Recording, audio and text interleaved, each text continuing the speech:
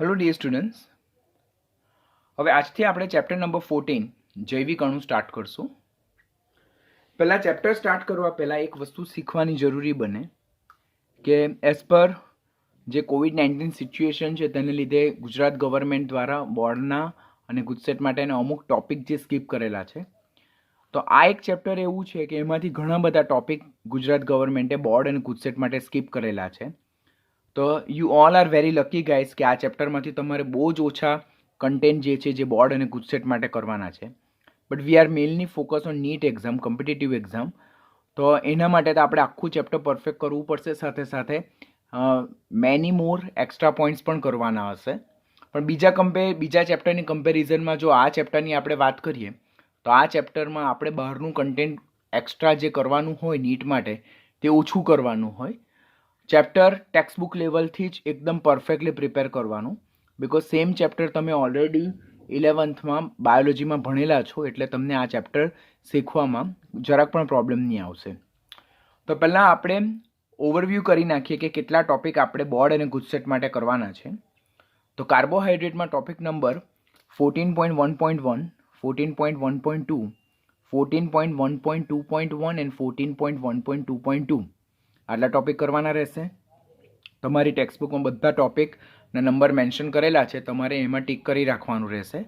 Protein સંયોજનોમાંથી 14.2.1, 14.2.2 અને 14.2.3 અને nucleic acid માટે topic number 14.5 with all sub topics.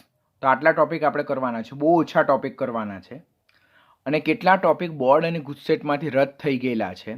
આખું ડાયસેકેરાઇડ કે જે ખૂબ ઇમ્પોર્ટન્ટ હતું, પોલિસેકેરાઇડ જે આ બંને ટોપિક ખૂબ જ ઇમ્પોર્ટન્ટ હતા, જેમાં બોર્ડમાં વારંવાર ક્વેશ્ચન પૂછાયેલા છે, પણ તે આખું બોર્ડમાંથી રદ કરવામાં આવેલું છે. પછી 14.1.5, 14.2.3 કાર્બોહાઈડ્રેટનું મહત્વ, પ્રોટીનનું પ્રાથમિક, દ્વિતીયક, તૃતીયક, ચતુર્થક બંધારણ, 14.2.4 પ્રોટીનનું વિકૃતિકરણ, 14.3 ઉત્સેચકો, 14.4 વિટામિન, 14.6 અંતઃસ્ત્રાવો. આટલા ટોપિક જે છે જે આપણે બોર્ડ અને ગુજસેટમાંથી રદ થઈ ગયેલા છે. તો બોર્ડની જ્યારે આપણે પ્રિપરેશન કરતા હોય, સબ્જેક્ટિવની જ્યારે પ્રિપરેશન કરતા હોય અને બોર્ડ અને ગુજસેટની એક્ઝામની પ્રિપરેશન કરતા હોય, ત્યારે ડેફિનેટલી આપણે આટલા ટોપિક પર ધ્યાન આપવાનું નથી. પરંતુ નીટ પોઈન્ટ ઓફ વ્યૂ જોઈએ તો આપણા માટે કોઈ પણ વસ્તુ એક્ઝેમ્પશન નથી. આપણે આખું ચેપ્ટર પરફેક્ટ કરવાનું થાય, લીટીએ લીટે એક એક શબ્દ આપણે પરફેક્ટલી ધ્યાનથી શીખવાનો થાય. તો આપણે તો આખું ચેપ્ટર લર્ન કરવાનું જ છે. તો will start our new lesson, chapter number 14, that is biomolecules, જેને જૈવિક અણુ કહેવામાં આવે. નંબર 14 જૈવિક અણુ, જેને બાયોમોલેક્યુલ્સ કહીએ. તો પહેલાં તો જૈવિક અણુઓ એટલે શું? તો જૈવિક અણુઓ એટલે ઊંચા આણ્વીય દળ ધરાવતા અણુઓ કે જે શરીરમાં ચાલતી જુદી જુદી જૈવ રાસાયણિક પ્રક્રિયામાં અગત્યનો ભાગ ભજવે છે, તેમને જૈવિક અણુઓ કહેવામાં આવે. ઓલરેડી તમને ખ્યાલ જ છે, nothing to explain in detail. એના ઉદાહરણ જોઈએ તો carbohydrate, protein, nucleic acid, lipid, vitamins, minerals એટલે ખનિજ ક્ષારો, આ બધા કોના ઉદાહરણ છે? જૈવિક અણુના ઉદાહરણ છે. તેમાં ખોરાકના આવશ્યક ઘટક તરીકે કાર્બોહાઈડ્રેટ અને પ્રોટીન અગત્યનો ભાગ ભજવે. પછી કોષ ત્વચા જે છે, બરાબર, તેના બંધારણીય ભાગ તરીકે કાર્બોહાઈડ્રેટ અને લિપિડ અગત્યનો ભાગ ભજવે. આનુવંશિકતા, ધેટ ઇઝ હેરિડિટી માટે મેઇન રિસ્પોન્સિબલ કોણ છે? Nucleic acid. ત્યાર પછી પ્રત્યાયન તંત્ર એટલે કમ્યુનિકેશન સિસ્ટમ, જે મેસેજ ટ્રાન્સફર પ્રોસેસ છે, તેના માટે રિસેપ્ટર, જેને આપણે ગ્રાહી પદાર્થો કહીએ, કે જે પ્રોટીન સ્વભાવના છે તે રિસ્પોન્સિબલ છે. શરીરમાં ચાલતી જુદી જુદી જૈવ રાસાયણિક પ્રક્રિયાનો વેગ વધારવામાં જૈવિક ઉદ્દીપક તરીકે ઉત્સેચકો, કે જે પણ પ્રોટીન સ્વભાવના છે. આમ શરીરમાં જે જુદા જુદા કાર્બોહાઈડ્રેટ છે, protein, nucleic acid, lipid, vitamin જેવા જે જૈવિક અણુઓ જે છે, તે શરીરમાં ચાલતી જુદી જુદી જૈવ રાસાયણિક પ્રક્રિયામાં શું કરે છે? અગત્યનો ભાગ ભજવે છે. આ જે કાર્બોહાઈડ્રેટ એટલે આ જે જૈવિક અણુઓ જે છે, તેમાં આપણે 1 by 1 બધા ટોપિક વિશે લર્ન કરતા જઈશું. આજથી આપણે સ્ટાર્ટ કરશું પહેલા carbohydrate compounds, topic number 14.1. Point number 1, carbohydrate સંયોજનો સામાન્ય રીતે મળે શેમાંથી? તો સામાન્ય રીતે તેઓ શેમાંથી મળે? આપણને વનસ્પતિઓ દ્વારા ઉત્પન્ન થાય. Some compounds may available from animal sources as well, કે એ લોકો અસેન્શિયલી વનસ્પતિ દ્વારા જ ઉત્પન્ન થાય છે એવું જરૂરી નથી. એટલે બધા જ કાર્બોહાઈડ્રેટ એ વનસ્પતિજન્ય છે એવું શક્ય નથી. એવા ઘણા કાર્બોહાઈડ્રેટ જે છે, જેમ કે આપણે જોઈએ તો ગ્લાયકોજન, જેને પ્રાણી સ્ટાર્ચ કહીએ છીએ, તો તે તો પ્રાણીના શરીરમાં હાજર છે, એ વનસ્પતિમાં ગેરહાજર છે. ત્યાર પછી લેક્ટોઝ શર્કરા, લેક્ટોઝ કે જેને આપણે મિલ્ક શુગર કહીએ, દૂધ શર્કરા કહીએ, તો તે તો પ્રાણીઓમાંથી મળતા દૂધમાં અવેલેબલ હોય, એ વનસ્પતિમાં ગેરહાજર હોય. એટલે પ્રાથમિક રીતે એટલે મુખ્યત્વે કાર્બોહાઈડ્રેટ સંયોજનો વનસ્પતિઓ દ્વારા ઉત્પન્ન થાય છે, પરંતુ ઘણા કાર્બોહાઈડ્રેટ સંયોજનો પ્રાણીજન્ય સ્ત્રોતમાંથી પણ અવેલેબલ થાય, જેમ કે most important example that is lactose અને સેકન્ડ વન ગ્લાયકોજન. લેક્ટોઝ દૂધ શર્કરા જે પ્રાણીઓમાંથી એક્સટ્રેક્ટ થતા મિલ્કમાંથી મળે, અને સાથે સાથે ગ્લાયકોજન શરીરમાં જે લીવરમાં હોય તો તે પણ આપણા શરીરમાં એક જાતનું પોલિસેકેરાઇડ છે, જે પ્રાણીજન્ય સ્ત્રોત છે. પછી આ જે કાર્બોહાઈડ્રેટ સંયોજનો જે છે તે કુદરતમાંથી મળી આવતા કાર્બનિક સંયોજનો છે. કાર્બોહાઈડ્રેટ તો દે આર ઓર્ગેનિક કમ્પાઉન્ડ્સ. એ લોકો કેવા સંયોજનો છે? કાર્બનિક સંયોજનો છે. ખાસ યાદ રાખવાના. તેઓ કેવા સંયોજનો છે? કાર્બનિક સંયોજનો, કાર્બન કન્ટેનિંગ કમ્પાઉન્ડ્સ, એટલે એમને કાર્બોહાઈડ્રેટ કહેવાય. અર્લિયર ડેફિનેશન એન્શિયન્ટ ટાઈમમાં કાર્બોહાઈડ્રેટને શું કહેવામાં આવતું કે કાર્બોહાઈડ્રેટ એટલે કાર્બનના હાઇડ્રેટ. શબ્દ જોવાનું, કાર્બોહાઈડ્રેટ, કાર્બોહાઈડ્રેટ એટલે કાર્બનના હાઇડ્રેટ, જેનું સામાન્ય સૂત્ર શું હતું? CxH2O. જો કાર્બનના hydrate, hydrate means what? Having water molecules. તો કાર્બનના હાઇડ્રેટ ને અર્લિયર ડેફિનેશન પ્રમાણે કાર્બોહાઈડ્રેટ કહેવામાં આવતું, જ્યાં x may equal to y, x may not equal to y. એટલે આપણને પહેલા એમ ક્વેશ્ચન પૂછવામાં આવે કે કાર્બોહાઈડ્રેટ સંયોજનોનું સામાન્ય સૂત્ર શું? તો કાર્બોહાઈડ્રેટ સંયોજનોનું સામાન્ય સૂત્ર CxH2O, જ્યાં હાઇડ્રોજન અને ઓક્સિજનનું પ્રમાણ જો જોઈએ, હાઇડ્રોજન અને ઓક્સિજનનું પ્રમાણ તો એ કેટલું છે? 2:1 જોવા મળે. આ ક્વેશ્ચન બધી રેફરન્સ બુકમાં MCQમાં જોવા મળે કે કાર્બોહાઈડ્રેટ સંયોજનોમાં સામાન્ય રીતે હાઇડ્રોજન અને ઓક્સિજનનું પ્રમાણ કેટલું હોય? તો 2 હાઇડ્રોજન પરમાણુ દીઠ 1 ઓક્સિજન પરમાણુ હોય. કાર્બોહાઈડ્રેટ સંયોજનોનું સામાન્ય સૂત્ર CxH2O, જ્યાં x may equal to y, x may not equal to y. એટલે અમુક સંયોજનોમાં એક્સ અને વાયની સંખ્યા સરખી હશે, જ્યારે અમુક સંયોજનોમાં એક્સ અને વાયની સંખ્યા સરખી નથી. એટલે ઇટ ઇઝ નોટ 100% એસેન્શિયલ કે આ એક્સ અને વાયની સંખ્યા હંમેશા સરખી જ હોય. ઉદાહરણ જો જોઈએ આપણે તો ગ્લુકોઝ છે, ગેલેક્ટોઝ છે, ફ્રુક્ટોઝ જે છે, આ સંયોજનોનું સામાન્ય સૂત્ર C6H12O6. તમે ઓલરેડી જૈવિક અણુ શીખ્યા જ છે, એટલે અત્યારે તમારે વધારે તો કંઈક યાદ રાખવાની જરૂરિયાત છે જ નહીં.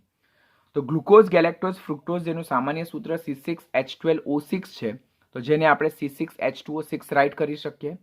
હવે આ સંયોજનોમાં જો એક્સ અને વાય બંને કેવા છે? એક સરખા જોવા મળે. જ્યારે સુક્રોઝ અને સ્ટાર્ચની વાત કરીએ તો સુક્રોઝ જેનું સૂત્ર શું છે?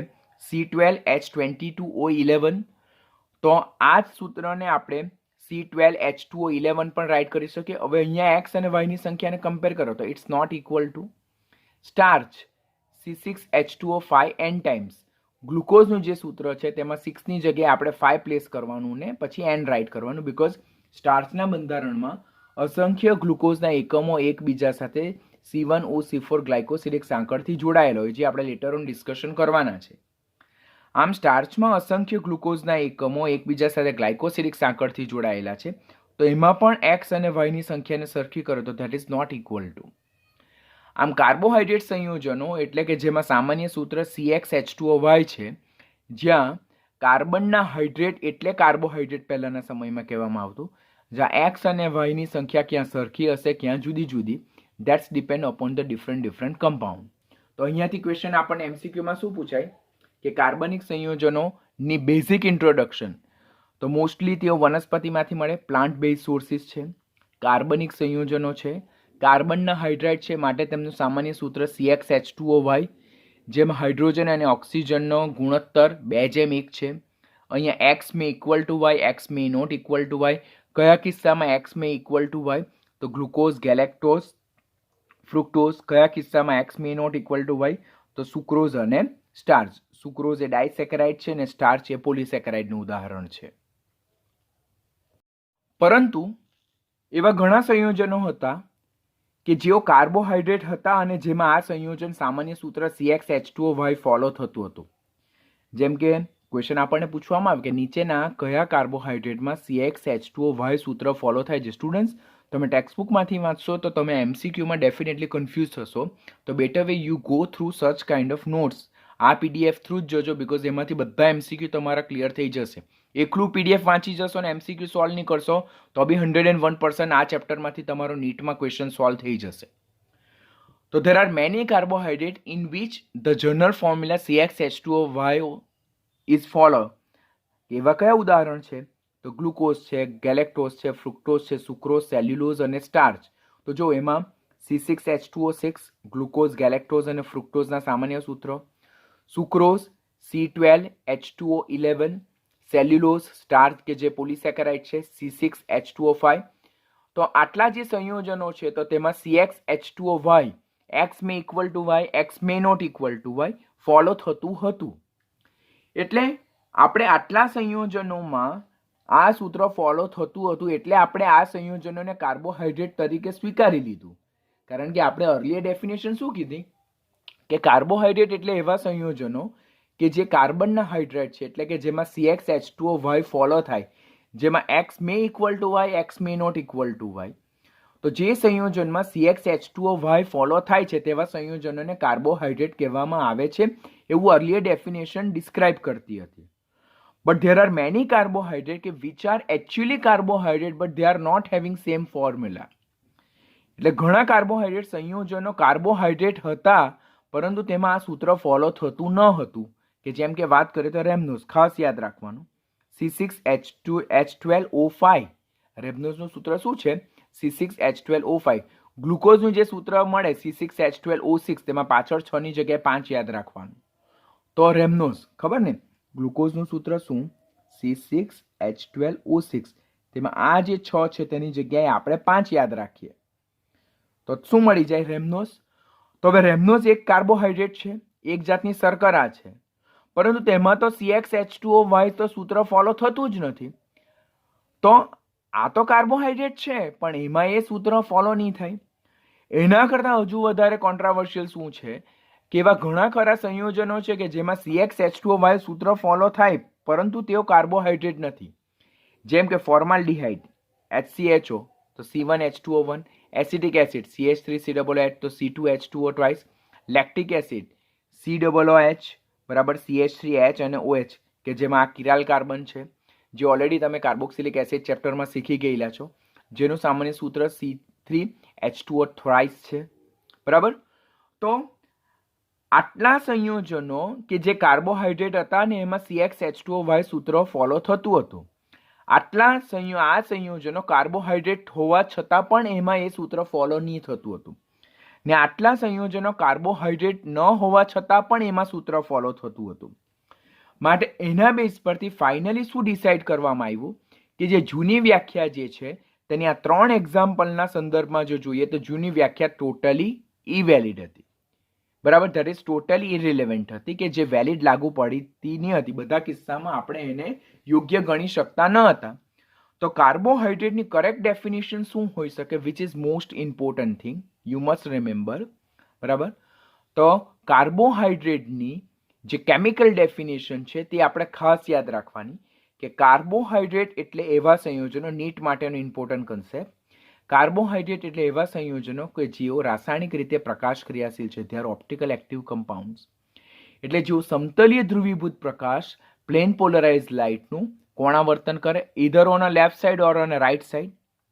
એટલે તેઓ પ્રકાશ ક્રિયાશીલ સંયોજન છે, ઓપ્ટિકલી એક્ટિવ કમ્પાઉન્ડ્સ. પહેલી કાર્બોહાઈડ્રેટની લાક્ષણિકતા, કાર્બોહાઈડ્રેટ એવા સંયોજનો કે જે પ્રકાશ ક્રિયાશીલ છે. બીજું, તેઓ પોલીહાઇડ્રોક્સી આલ્ડીહાઇડ ઓર પોલીહાઇડ્રોક્સી કીટોન છે. હવે પોલીહાઇડ્રોક્સી આલ્ડીહાઇડ એટલે શું?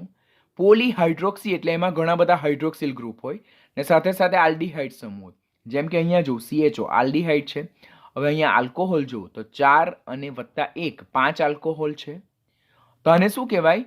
પોલીહાઇડ્રોક્સી આલ્ડીહાઇડ, જેના ઉદાહરણ શું છે? ગ્લુકોઝ અને ગેલેક્ટોઝ. ઓર તેઓ પોલીહાઇડ્રોક્સી કીટોન. પોલીહાઇડ્રોક્સી કીટોન એટલે શું? કે જેમાં ઘણા બધા હાઇડ્રોક્સિલ ગ્રુપ હોય ને સાથે સાથે ક્રિયાશીલ સમૂહ તરીકે કીટોન હોય.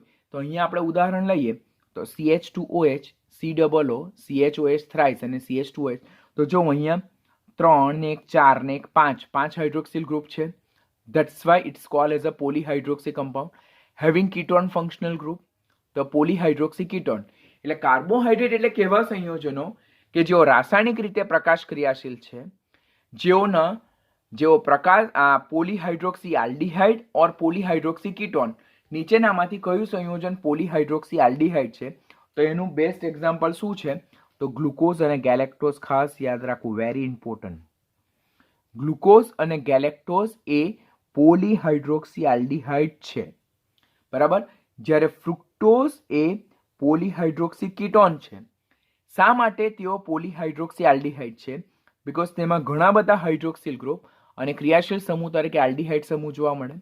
અને શા માટે તેમને પોલીહાઇડ્રોક્સી કીટોન? બીકોઝ એમાં ઘણા બધા હાઇડ્રોક્સિલ ગ્રુપ અને ક્રિયાશીલ સમૂહ તરીકે કીટોન પણ જોવા મળે. માટે કાર્બોહાઈડ્રેટ તેઓ પોલીહાઇડ્રોક્સી આલ્ડીહાઇડ ઓર પોલીહાઇડ્રોક્સી કીટોન ઓર એવા સંયોજનો કે જે જળ વિભાજનને અંતે આવા પોલીહાઇડ્રોક્સી આલ્ડીહાઇડ ઓર પોલીહાઇડ્રોક્સી કીટોન જેવા સંયોજનો આપે. એટલે કોઈ એક સંયોજન કાર્બોહાઈડ્રેટ હોય તો એના માટે કેટલી ડેફિનેશન લાગુ પાડી શકાય? તે એક પ્રકાશ ક્રિયાશીલ તો છે જ. અને બીજી લાક્ષણિકતા, ક્યાં તેઓ પોલીહાઇડ્રોક્સી આલ્ડીહાઇડ હશે, ક્યાં તેઓ પોલીહાઇડ્રોક્સી કીટોન હશે, ઓર એવા સંયોજનો કે જે જળ વિભાજનને અંતે આપણને પોલીહાઇડ્રોક્સી આલ્ડીહાઇડ ઓર પોલીહાઇડ્રોક્સી કીટોન આપે. જેમ કે માલ્ટોઝ જે ડાયસેકેરાઇડ છે, તો તે જળ વિભાજનને અંતે 2 ગ્લુકોઝ આપે કે જે પોલીહાઇડ્રોક્સી આલ્ડીહાઇડ. એવા સંયોજનો કે જે જળ વિભાજનને અંતે polyhydroxy aldehyde or polyhydroxy ketone or polyhydroxy aldehyde and polyhydroxy ketone આપે. ગેટિંગ ને? કે કાર્બોહાઈડ્રેટ એટલે કેવા સંયોજનો? પહેલી ડેફિનેશન શું યાદ રાખવાની? કે તેઓ પ્રકાશ ક્રિયાશીલ સંયોજનો છે.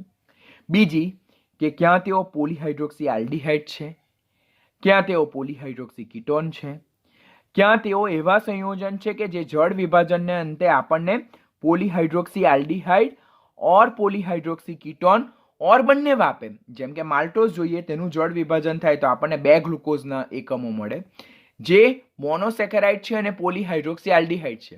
જ્યારે સુક્રોઝ તે પણ ડાયસેકેરાઇડ છે, તેનું જળ વિભાજન થતાં આપણને ગ્લુકોઝ અને ફ્રુક્ટોઝ મળે.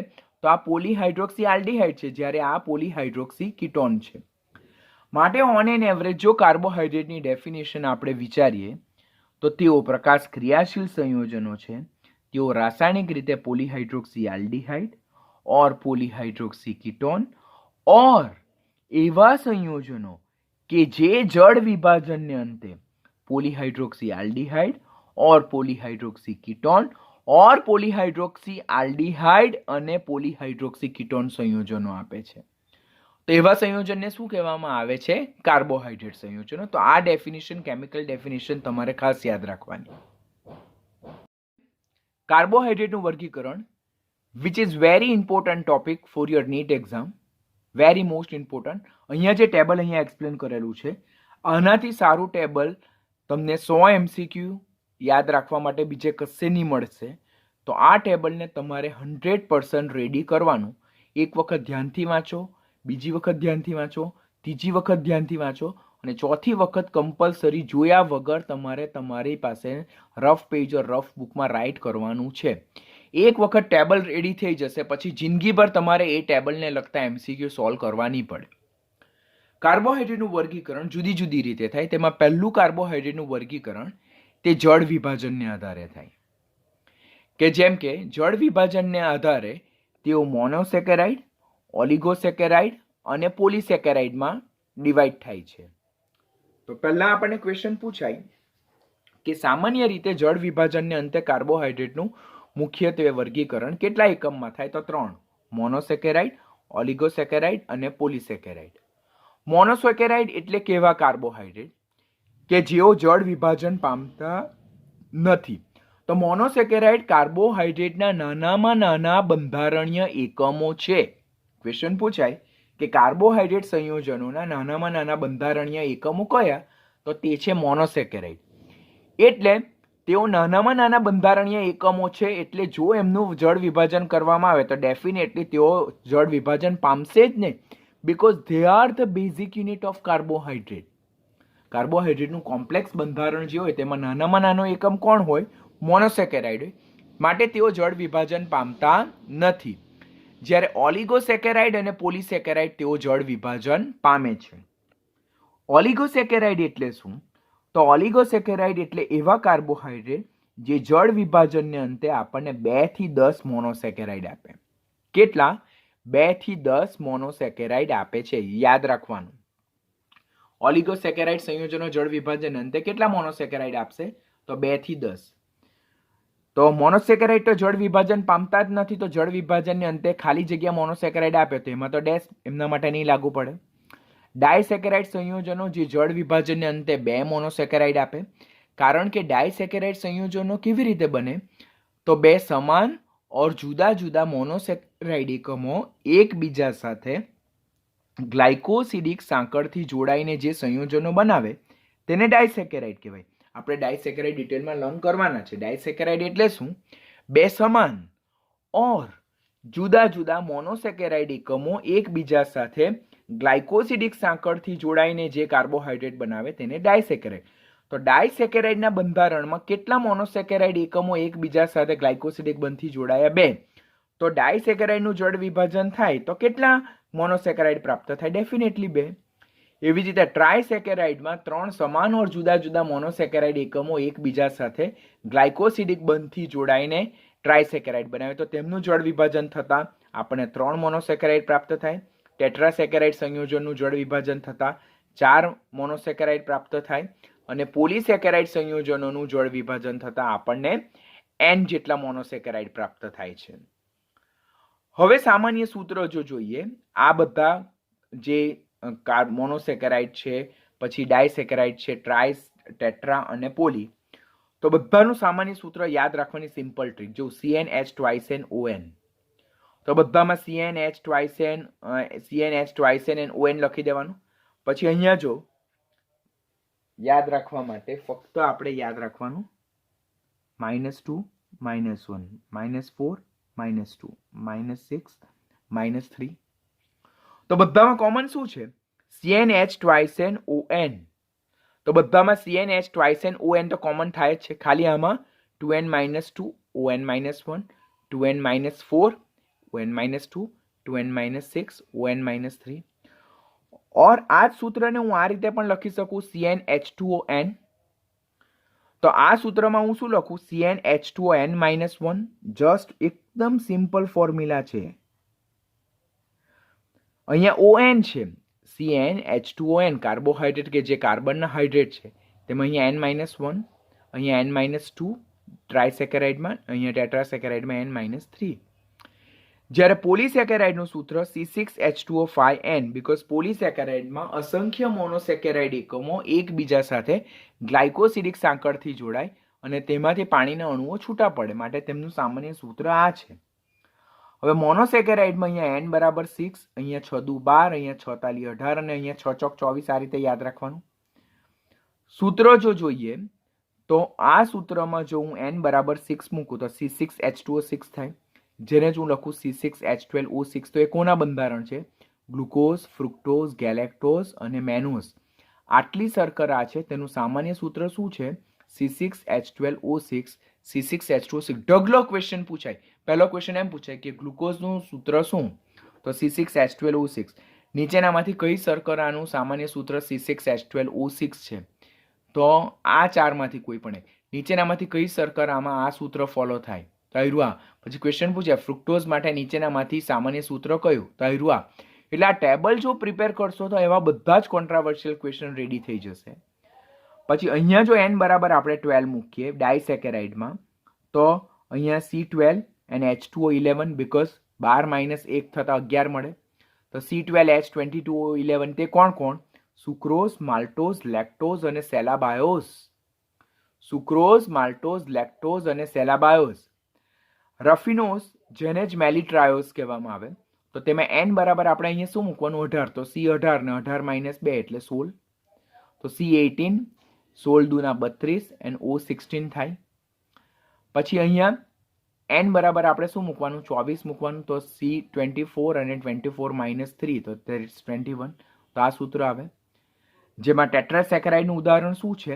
સ્ટીચિયોઝ. ખાસ યાદ રાખજો કયા કાર્બોહાઈડ્રેટ કયા વર્ગમાં આવે છે તે ખાસ યાદ રાખવાનું. ગ્લુકોઝ, ફ્રુક્ટોઝ, ગેલેક્ટોઝ અને mannose they are monosaccharide. Sucrose, maltose, lactose અને સેલાબાયોઝ. અહીંયા તમારે યાદ શું રાખવાનું?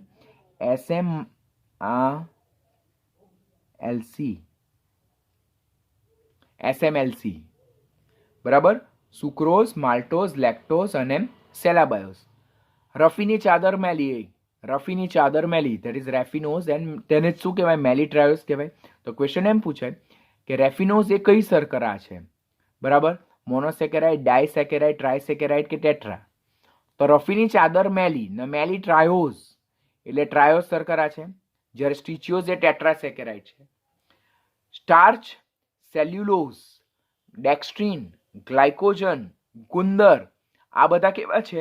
પોલિસેકેરાઇડ. તેમાં ખાસ યાદ રાખવાનું સૌથી વધુ અસ્તિત્વ ધરાવતું પોલિસેકેરાઇડ કયું? તો તે સેલ્યુલોઝ છે.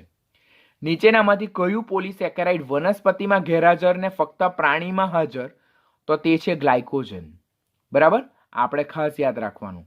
તો પ્રાણી સ્ટાર્ચ તરીકે શું?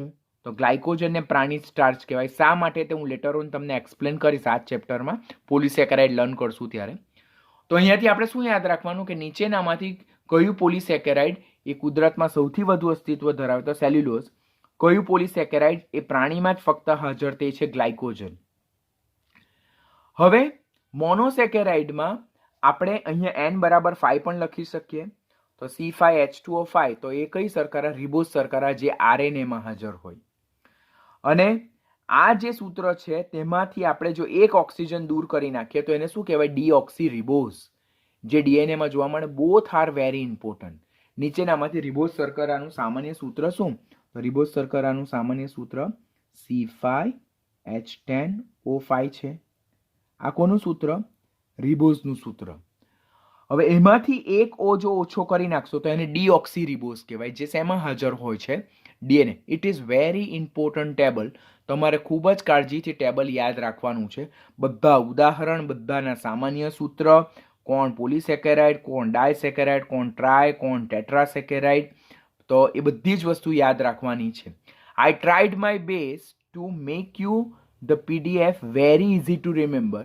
પણ અલ્ટરનેટિવલી જો તમે એને વાંચશો નહીં ને તમે એને મેમરાઇઝ નહીં કરશો અને રિમેમ્બર નહીં રાખશો તો alternatively it's having no use.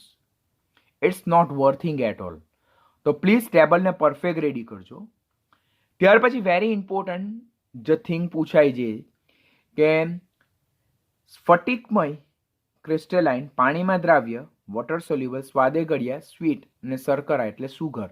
તો નીચેનામાંથી કયું શર્કરાનું ઉદાહરણ છે? નીચેનામાંથી કયું કાર્બોહાઈડ્રેટ સ્વાદે ગળ્યા છે? નીચેનામાંથી કયા કાર્બોહાઈડ્રેટ પાણીમાં દ્રાવ્ય છે? કયા કાર્બોહાઈડ્રેટ પાણી આ સ્ફટિકમય છે? તો મોનોસેકેરાઇડ અને ઓલિગોસેકેરાઇડ. મોનોસેકેરાઇડ અને ઓલિગોસેકેરાઇડ તેમને શર્કરા કહેવામાં આવે, એટલે કે સુગર કહેવામાં આવે, જેઓ સ્વાદે ગળ્યા છે, જે સ્ફટિકમય હોવાથી પાણીમાં કેવા છે? દ્રાવ્ય છે. કોણ કોણ? મોનોસેકેરાઇડ અને ઓલિગોસેકેરાઇડ, જેમાં ડાયસેકેરાઇડ પણ આવે, ટ્રાયસેકેરાઇડ પણ આવે અને ટેટ્રાસેકેરાઇડ પણ આવે. આ બધા સ્ફટિકમય છે. એટલે આ બધા ઉદાહરણ જે છે તે શર્કરાના ઉદાહરણ છે, જે સ્વાદે ગળ્યા છે અને પાણીમાં દ્રાવ્ય છે. Very important. જ્યારે પોલિસેકેરાઇડ સંયોજનો અસ્ફટિકમય છે, એટલે એમોર્ફસ છે, પાણીમાં અદ્રાવ્ય છે, સ્વાદ વિહીન છે, તેમને કોઈ સ્વાદ નથી અને તેમને શું કહેવામાં આવે? નોન સુગર એટલે કે બિન શર્કરા કહેવામાં આવે. તો અહીંયા શર્કરા અને બિન શર્કરાનો તફાવત તમને પૂછાઈ શકે, બોર્ડમાં જ પૂછાય, બીકોઝ આ તો બોર્ડમાં ઇન્ક્લુડેડ છે. તો શર્કરા એટલે સ્વાદે ગળ્યા, બિન શર્કરા એટલે સ્વાદવિહીન. શર્કરા પાણીમાં દ્રાવ્ય હોય, બિન શર્કરા પાણીમાં અદ્રાવ્ય હોય. શર્કરા સ્ફટિકમય હોય, બિન શર્કરા અસ્ફટિકમય હોય. અને શર્કરાના આટલા ઉદાહરણ છે અને બિન શર્કરાના આટલા ઉદાહરણ છે. બધા જ પોલિસેકેરાઇડ એ કાર્બોહાઈડ્રેટ છે, પરંતુ તેઓ બિન શર્કરાના ઉદાહરણ છે.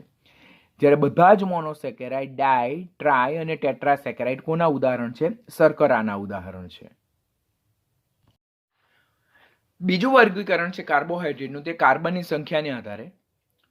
જો કાર્બોહાઈડ્રેટ 3 કાર્બન ધરાવતું હોય, કુલ કાર્બનની સંખ્યા કેટલી હોય? 3, તો એને ટ્રાયોસ શર્કરા કહેવાય. કુલ 4 કાર્બન ધરાવતું હોય તો એને ટેટ્રોઝ કહેવાય, કુલ 5 કાર્બન ધરાવતું હોય તો એને પેન્ટોઝ કહેવાય, અને કુલ 6 કાર્બન ધરાવતું હોય તો તેને શું કહેવાય? હેક્ઝોઝ કહેવાય. કે જેમ કે ડીએનએ અને આરએનએ જે છે તેમાં જે શર્કરા જોવા મળે તે કઈ શર્કરા છે? પેન્ટોઝ શર્કરા, કે જે કુલ કેટલા કાર્બન ધરાવે? 5 કાર્બન. તો ક્વેશ્ચન પૂછાય કે હેક્ઝોઝ શર્કરામાં કુલ કાર્બનની સંખ્યા કેટલી? તો 6. પેન્ટોઝમાં 5, ટેટ્રોઝમાં 4, ટ્રાયોઝમાં 3 અને હેપ્ટોઝમાં 7 આવશે. તો that is second classification easy. ક્રિયાશીલ સમૂહને આધારે ત્રીજું વર્ગીકરણ.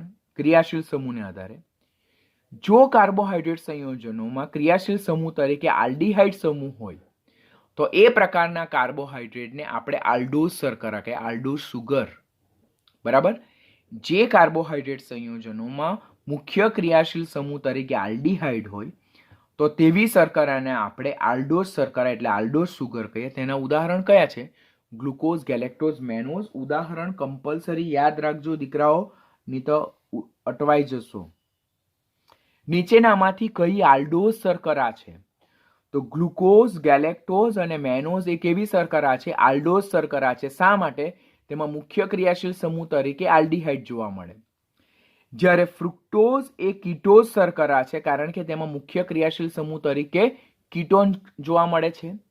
માટે ક્રિયાશીલ સમૂહને આધારે આલ્ડીહાઇડનું વર્ગીકરણ કાર્બોહાઈડ્રેટનું વર્ગીકરણ, શર્કરાનું વર્ગીકરણ બે રીતે થાય. એક તો આલ્ડોઝ શર્કરા અને બીજું છે કીટોઝ શર્કરા. આલ્ડોઝ શર્કરા જે છે તો તે આલ્ડોઝ શર્કરા જે છે તો તેમાં ક્રિયાશીલ સમૂહ તરીકે આલ્ડીહાઇડ હોય. તેના ઉદાહરણ ગ્લુકોઝ, ગેલેક્ટોઝ અને મેનોઝ. અને કીટોઝ શર્કરામાં ક્રિયાશીલ સમૂહ તરીકે કીટોન જોવા મળે, જેનું ઉદાહરણ શું છે? Fructose. These are very important question. નીચેનામાંથી કઈ આલ્ડોઝ શર્કરા છે? નીચેનામાંથી કઈ કીટોઝ શર્કરા છે? આલ્ડોઝ શર્કરાના ઉદાહરણ કયા છે અને કીટોઝ શર્કરાના ઉદાહરણ કયા છે? તો આપણને કમ્પલસરી આવડવા જોઈએ. પછી ચોથું વર્ગીકરણ જે છે તો તે કાર્બોહાઈડ્રેટના બંધારણમાં જોવા મળતા સાયક્લિક કમ્પાઉન્ડ, ચક્રીય રિંગને આધારે. તો કાર્બોહાઈડ્રેટમાં મુખ્યત્વે બે પ્રકારની રિંગ જોવા મળે, બે પ્રકારના ચક્ર વલય જોવા મળે. ફર્સ્ટ ઇઝ અ પાયરેન રિંગ અને સેકન્ડ વન છે ફ્યુરાન રિંગ. પાયરેન રિંગ જેનું બંધારણ આવું છે, આમાં જો કેટલા કાર્બન છે? 1, 2, 3, 4, 5 કાર્બન છે અને 1 ઓક્સિજન છે. 1, 2, 3, 4 અને 5 કાર્બન અને 1 ઓક્સિજન. આમ પાયરેન રિંગ એ કુલ કેટલા સભ્યવાળી રિંગ છે? 6 સભ્યવાળી રિંગ છે. ખાસ યાદ રાખજો. પાયરેન રિંગમાં જે 6 સભ્યવાળી રિંગ જેમાં 1, 2, 3, 4 અને 5 કાર્બન છે અને 1 ઓક્સિજન છે. જ્યારે ફ્યુરાન રિંગમાં જો 1, 2, 3, 4 કાર્બન અને 1 ઓક્સિજન જોવા મળે તો કુલ 5 સભ્યવાળી રિંગને શું કહેવામાં આવે? ફ્યુરાન રિંગ કહેવામાં આવે. તો પાયરેન રિંગ અને ફ્યુરાન રિંગના બંધારણ આ રીતેના છે. પાયરેન રિંગ 6 સભ્યવાળી, ફ્યુરાન રિંગ 5 સભ્યવાળી. પાયરેન રિંગમાં 5 કાર્બન અને 1 ઓક્સિજન, જ્યારે ફ્યુરાન રિંગમાં 4 કાર્બન અને 1 ઓક્સિજન છે. જે કાર્બોહાઈડ્રેટ સંયોજનોમાં પાયરેન રિંગ જોવા મળે તો તે પ્રકારના કાર્બોહાઈડ્રેટ ઓર શર્કરાને પાયરેનોઝ કહેવામાં આવે, જેના ઉદાહરણ છે ગ્લુકોઝ અને ગેલેક્ટોઝ. બરાબર, ખાસ યાદ રાખવાનું. નીચેનામાંથી કઈ શર્કરાના બંધારણમાં પાયરેન રિંગ જોવા મળે? નીચેનામાંથી કઈ શર્કરા પાયરેનોઝ તરીકે ઓળખાય? નીચેનામાંથી પાયરેનોઝ શર્કરાનું ઉદાહરણ લખો. પછી પાયરેન રિંગ કુલ કેટલા સભ્યવાળી છે? પાયરેન રિંગ નીચેનામાંથી કયા કાર્બોહાઈડ્રેટમાં છે? પાયરેન રિંગમાં કેટલા કાર્બન અને કેટલા ઓક્સિજન જોવા મળે? તો બધા જ ક્વેશ્ચન આટલામાંથી જ પૂછાય છે. એટલા માટે આટલું પીડીએફ યાદ રાખશો તો ડેફિનેટલી તમને કોઈ પણ જાતનું કન્ફ્યુઝન નહીં આવશે. એવી રીતે ફ્રુક્ટોઝ કે જેમાં ફ્યુરાન રિંગ હોય, કે જેમાં 4 કાર્બન અને 1 ઓક્સિજન, એમ કુલ 5 સભ્ય હાજર હોય છે. તો આ ચોથું વર્ગીકરણ છે. ગ્લુકોઝ અને ફ્રુક્ટોઝ જે છે તો ગ્લુકોઝમાં આલ્ડીહાઇડ સમૂહ પણ છે અને 6 કાર્બન પણ છે, માટે ગ્લુકોઝને આલ્ડોહેક્ઝોઝ પણ કહેવામાં આવે. વધુમાં એમાં પાયરેન રિંગ પણ છે, માટે એને ગ્લુકોપાયરેનોઝ પણ કહેવામાં આવે. Very important. ગ્લુકોઝને શા માટે આલ્ડોહેક્ઝોઝ કહેવામાં આવે? ગ્લુકોઝ કેવી શર્કરા છે? આલ્ડોહેક્ઝોઝ છે. ગેલેક્ટોઝ બી આલ્ડોહેક્ઝોઝ છે. શા માટે ગ્લુકોઝ અને ગેલેક્ટોઝને આલ્ડોહેક્ઝોઝ કહેવામાં આવે? બીકોઝ એમાં મુખ્ય ક્રિયાશીલ સમૂહ તરીકે આલ્ડીહાઇડ સમૂહ અને 6 કાર્બન જોવા મળે. શા માટે ગ્લુકોઝ અને ગેલેક્ટોઝને ગ્લુકોપાયરેનોઝ અને ગેલેક્ટોપાયરેનોઝ કહેવાય? સેમ વસ્તુ તમે કોને લાગુ પાડશો? સેમ ગેલેક્ટોઝને લાગુ પાડી શકાય.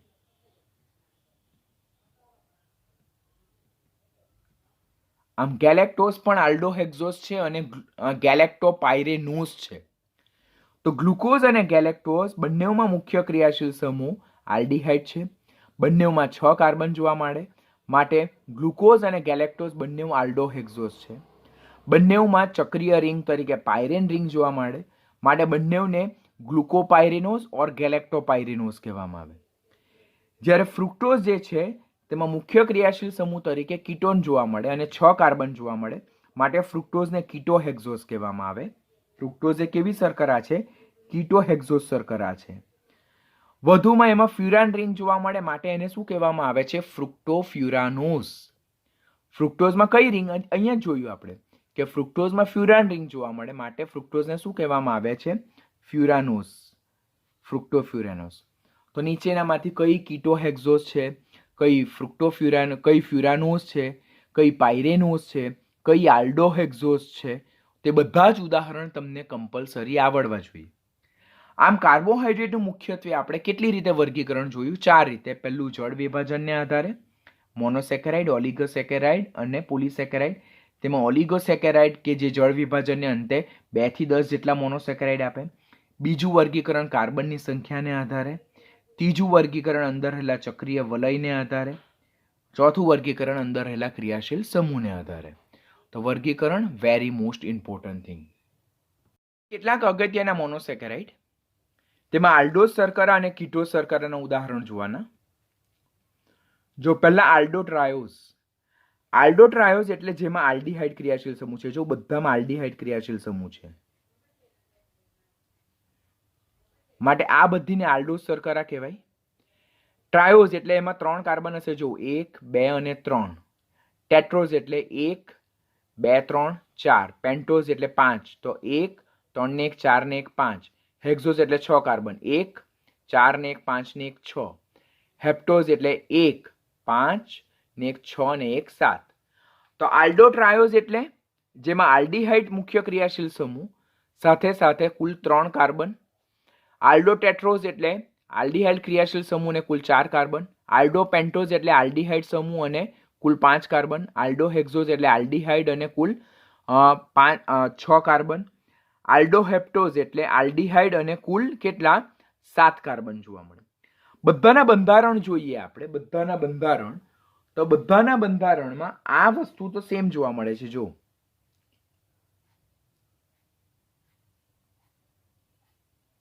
ખાલી એક એક નંબર જ એડ કરતા જઈએ. CHOH, CHOH twice, CHOH thrice, 4 અને 5. સિમ્પલ. તો પહેલા બધાના નામ લખી દઉં. આલ્ડોટ્રાયોઝ, ટેટ્રોઝ, પછી પેન્ટોઝ, હેક્ઝોઝ અને હેપ્ટોઝ. બધામાં CHO લખી દઉં. બધામાં CH2OH લખો અને બધામાં CHOHમાં 1, 2, 3, 4 અને 5 બધાના સૂત્ર રેડી થઈ ગયા.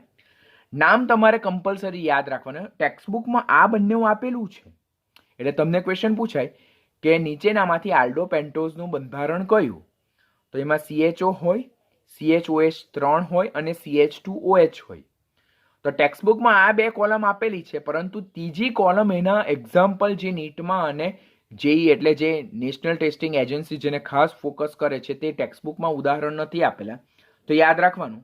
તો આલ્ડોટ્રાયોઝનું most example, important example that is glyceraldehyde. તો ક્વેશ્ચન પૂછે ગ્લિસરઆલ્ડીહાઇડ નીચેનામાંથી કઈ શર્કરા છે? તો એ આલ્ડોટ્રાયોઝ છે. પછી એરિથ્રોઝ અને થ્રિયોઝ જે છે તે આલ્ડોટેટ્રોઝ છે. એરેબિનોઝ, રિબોઝ, ઝાઇલોઝ, લાઇઝોઝ અને 2-ડીઓક્સીરિબોઝ એ કેવી છે? આલ્ડોપેન્ટોઝ. તેમાં રિબોઝ અને ડીઓક્સીરિબોઝ ખાસ યાદ રાખવાની. પછી ગ્લુકોઝ, ગેલેક્ટોઝ અને મેનોઝ એ કઈ શર્કરા છે? આલ્ડોહેક્ઝોઝના ઉદાહરણ છે. પછી ગુલોઝ, ટેલોઝ, ઇડિયોઝ, એલોઝ અને અલ્ટ્રોઝ આ બધી પણ આલ્ડોહેક્ઝોઝના ઉદાહરણ છે. નામ તો તમારે યાદ રાખવા જ પડશે. જે અહીંયા ટીક કર્યા છે તે ખાસ યાદ રાખવાના. પછીના બાકીના જેટલા યાદ રહે તેટલા યાદ રાખવાના. એરિથ્રોઝ અને થ્રિયોઝ વિશે પણ પૂછાય છે. તો આ આલ્ડો શર્કરા વિશે આલ્ડોહેપ્ટોસના કોઈ ઉદાહરણ અત્યાર સુધી શોધાયા નથી. કીટોસ શર્કરા એટલે શું? તો કીટોસ શર્કરા એટલે જેમાં ક્રિયાશીલ સમૂહ તરીકે શું હોય? કીટોન હોય. તો જો કીટોન ગ્રુપ છે બધામાં. ઓકે, તો બધામાં કીટોન છે માટે બધી કીટોસ શર્કરા છે. ટ્રાયોઝ એટલે કીટોન ગ્રુપ અને કુલ 3 કાર્બન. કીટોન ગ્રુપ અને 1 2 3 અને 4 તો એને કીટોટેટ્રોસ. કીટોપેન્ટોઝમાં કીટોન અને કુલ કેટલા કાર્બન હશે? 5. 1 2 3 4 અને 5. કીટોહેક્ઝોસમાં કીટોન ગ્રુપ અને 6 કાર્બન, કુલ 6 કાર્બન. 1 2 3 4 5 અને 6. કીટોહેપ્ટોઝમાં કુલ કેટલા કાર્બન? 7 કાર્બન. 1 2 4 ને 2 6 ને 1 7. હવે આ બે કોલમ ટેક્સ્ટબુકમાં આપેલી છે એટલે એ તો તમારે યાદ રાખવા પડે કે કીટોપેન્ટોઝનું ઉદાહરણ કયું? તો CH2H. હવે બધામાં જો કોમન શું છે? CH2H, CH2H, CH2H, CH2H અને CH2H બધામાં કોમન. એવું જ અહીંયા CH2H કોમન બધામાં. જો પહેલો CH2H, પછી CO, પછી પહેલામાં CHOH નથી, બીજામાં CHOH છે. 1 2 3 અને 4. આપણે આલ્ડોહેક્ઝોસ જોયું બરાબર, તો ઓર આલ્ડોસ શર્કરા તેમાં પહેલેથી જ CHOH આપણે એડ કરતા આવ્યા છે. જ્યારે આમાં પહેલામાં CHOH નથી, બીજાથી CHOH યાદ રાખવાનું છે. CHOH, CHOH twice, CHOH thrice અને CHOH 4. બરાબર, તો આ બધામાં કોમન, આ બધામાં કોમન, ખાલી આ બધામાં ડિફરન્ટ. તેના બેઝ પરથી સૂત્ર યાદ રહી જાય. ડિહાઇડ્રોક્સી એસિટોન જે કીટો ટ્રાયોસ છે એનું એક્ઝામ્પલ પૂછાય છે. પેલું એરિથ્રોઝ હતું, આ એરિથ્રુલોઝ છે. પછી રિબ્યુલોઝ, ઝાઇલિલોઝ, ફ્રુક્ટોઝ, સોર્બોઝ આ બધી શર્કરા કોના છે? કીટો ટ્રાયોસ, ટેટ્રોસ, પેન્ટોસ, હેક્ઝોસ અને હેપ્ટોઝના ઉદાહરણ છે. તો આજના લેક્ચરમાં આપણે કાર્બોહાઈડ્રેટના વર્ગીકરણ પર અહીંયા અટકીએ. હવે અહીંયા જ એક રિડ્યુસિંગ શર્કરા અને નોન રિડ્યુસિંગ શર્કરા વાળો ટોપિક આવતો છે, પણ પાછળથી હું તમને એ ટોપિક કરાવીશ. બીકોઝ એ આ ટોપિક સાથે આપણે ઘણી બધી વસ્તુ એવી છે કે જે શીખેલા નથી, તો એ પાછળથી બધા કન્સેપ્ટ શીખાઈ જાય ત્યાર પછી આપણે રિડ્યુસિંગ શર્કરા અને નોન રિડ્યુસિંગ શર્કરાનો તફાવત જોઈશું. આજના લેક્ચરમાં આટલું પરફેક્ટ કરો. દરરોજનું કન્ટેન્ટ દરરોજ કરતા જાઓ. ચેપ્ટર તમારું ખૂબ ઇઝી છે અને પરફેક્ટલી પ્રિપેર થઈ જવું જોઈએ.